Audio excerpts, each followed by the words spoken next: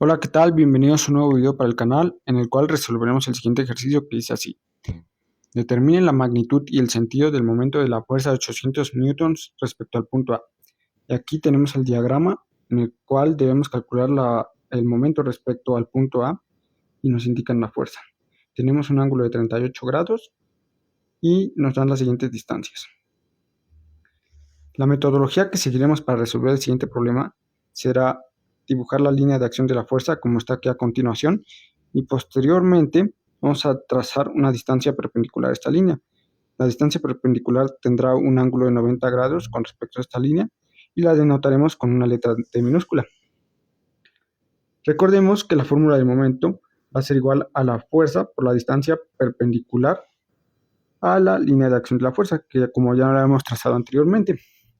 Una vez calculada esta distancia D, simplemente la multiplicaremos por la fuerza que el problema nos la proporciona y son 800 newtons y tendremos el momento que es el que nos pide.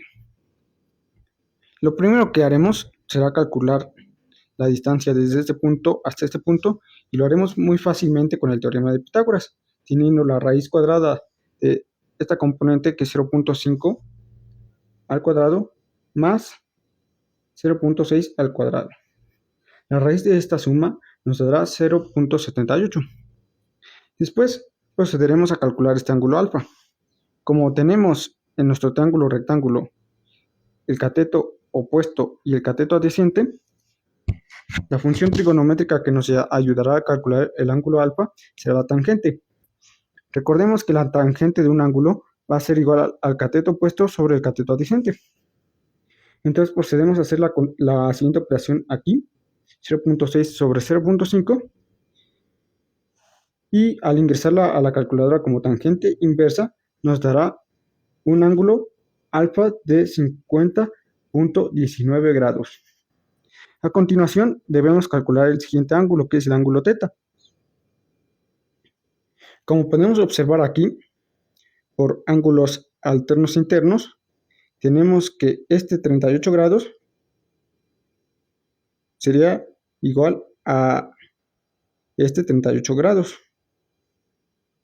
Nosotros debemos calcular este ángulo alfa. Entonces observemos que el ángulo alfa sería el que se forma de esta línea hacia esta línea horizontal. Por ángulos alternos internos podemos deducir que sería igual a este ángulo. El 38 grados sería igual a este ángulo. Por lo tanto, la resta de este ángulo menos este ángulo nos dará el alterno interno del ángulo θ, que es el que buscamos. Entonces procedemos a hacer esta resta. Como ya tenemos el ángulo alfa, que es igual a 50.19 grados, simplemente le restaremos 38 grados y será el ángulo θ, como está aquí a continuación. Por último, nos acercaremos aquí a nuestro diagrama y veremos que el cateto opuesto del ángulo θ será la distancia D. Recordemos que el seno del ángulo es igual al cateto opuesto sobre la hipotenusa. Como ya hemos calculado la hipotenusa también, que es igual a 0.78, veremos que el cateto opuesto será la distancia D y la hipotenusa 0.78. El ángulo θ también ya lo tenemos y procederemos a hacer las operaciones. Despejando la distancia D, tenemos que D es igual al seno de θ, que es igual a 12.19 grados por 0.78. La distancia D nos da de 0.164. Por último, esta distancia la multiplicamos por la fuerza, que es de 800 newtons, y nos daría un momento resultante de 131.2 newtons por metro.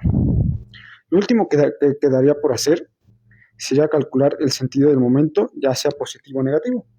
Esto se puede hacer muy fácil analíticamente, trazando un sistema de referencia imaginario del punto A. Como recordemos, podemos recordar que en sentido hacia las manecillas del reloj nos provocará una magnitud de momento negativo. En cambio, una rotación en sentido opuesto a las manecillas del reloj nos dará un momento positivo. Siguiendo la dirección de nuestra fuerza, podemos observar